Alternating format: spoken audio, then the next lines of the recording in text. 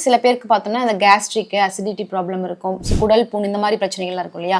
So அவங்களுக்கு எந்த மாதிரி இயற்கை உணவுகள் எடுத்துக்கலாம், நம்மளுடைய தயாரிப்புகள் என்ன எடுத்துக்கலாம்? வாயிலேருந்து ஆசன வாய் வரைக்கும் உணவு குழாய் சுத்தமாக இருந்ததுன்னா எந்த பிரச்சனையும் வராது. அப்போ நம்ம போடக்கூடிய உணவுகளில் எதில் தவறு இருக்குதோ அதனால தான் இந்த பிரச்சனைகளே வரும். அப்போ நம்ம சூடாவோ அல்லது ரொம்ப காரமாவோ வெள்ளை சர்க்கரை அதிகமாக சேர்த்துறது இது எல்லாமே கெட்டு போகிறக்கான வாய்ப்புகள் அதிகம். அது 2 டைப்பாக பிரிக்கலாங்கம்மா.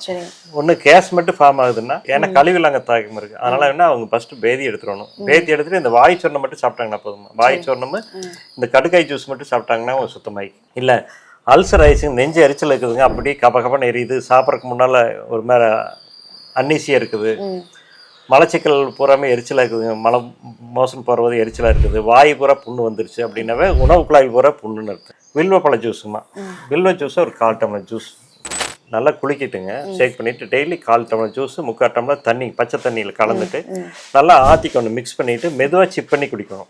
இது காலையில் வெறும் வயிற்றுல ஆரம்பிச்சிடணும். இது ஆரம்பித்து ஒரு 1/2 மணி நேரம் கழிச்சுங்க இந்த ஜீவசக்தி வாங்கணும்.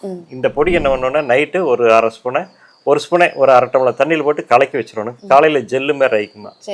அதில் கொஞ்சம் வெண்ணெய் கலந்துட்டா ரொம்ப நல்லது. வெண்ணெய் சேர்த்த முடியாது, எனக்கு சில பேர் பிடிக்காதுன்னு இருக்கிறாங்க. அந்த மாதிரி இருக்கிறவங்க தேன் கலந்துக்கலாம், சுத்தமான தேன் இருக்கணும். கலந்து இதை நல்லா கலக்கி விட்டு காலையில் வெறும் வயிற்றுல சாப்பிட்டுக்கணும். இரவு படுக்கிற போதுங்க இந்த கடுக்காய் ஜூஸுமா, குமரி கடுக்காய் பானம்